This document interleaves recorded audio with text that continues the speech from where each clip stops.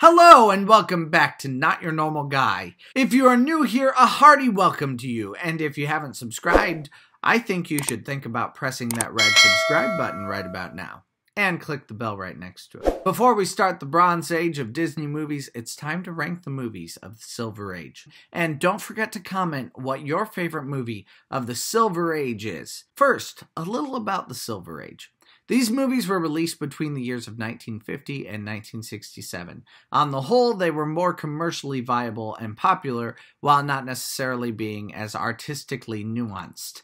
The death of Walt Disney signals the end of the era. They were also the last animated movies that Walt Disney actually touched, which is why, although Disney died in 1966, The Jungle Book is the final movie of this era. Walt was a part of the creative process for The Jungle Book. He just didn't live to see its release. So let's start with the worst and work our way to the best. This is Disney's Silver Age movies ranked.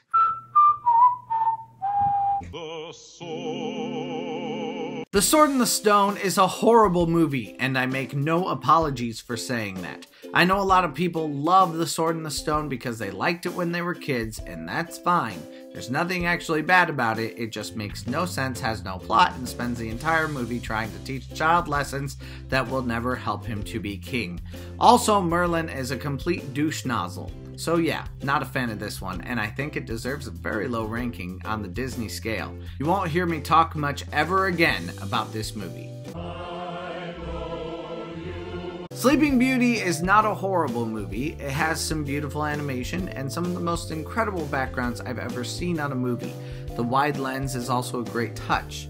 However, its plot makes very little sense and its main protagonists are just plain stupid. There are better movies, but that won't stop me from watching this one a couple more times.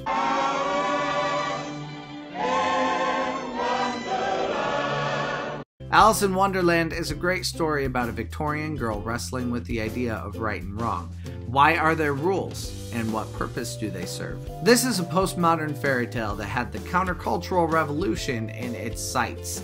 It will always be an enjoyable movie to me. Because of the nature of the story, though, it's hard to pin down a very good plot. While I love the tale Alice in Wonderland tells, it's not a particularly strong story overall. I had to give it lower marks for story than for some. I'll definitely be giving this one several more watches in the future, though. Peter Pan goes very well with Alice in Wonderland. As a matter of fact, the voice actor who played Alice now plays Wendy here. Wendy is another Victorian girl who is struggling with the necessity of having rules. She doesn't want to grow up and has a dream about her rebellious platonic boyfriend, Peter Pan. He takes her to Neverland where she will never have to grow up. Along the way, Wendy finds a new respect for adults and decides it's time to grow up. Again, this is a narrative I really love, but it's quite a confusing tale as I believe it takes place in the mind of a child. It's not my favorite story, but I'll be enjoying this one on Disney Plus soon.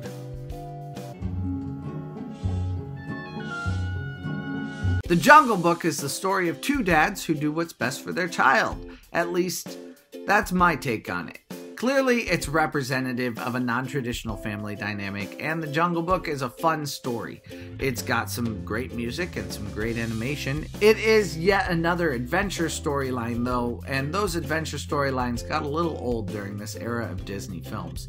I'm sure I'll be watching it again, but it's not one of my personal favorites.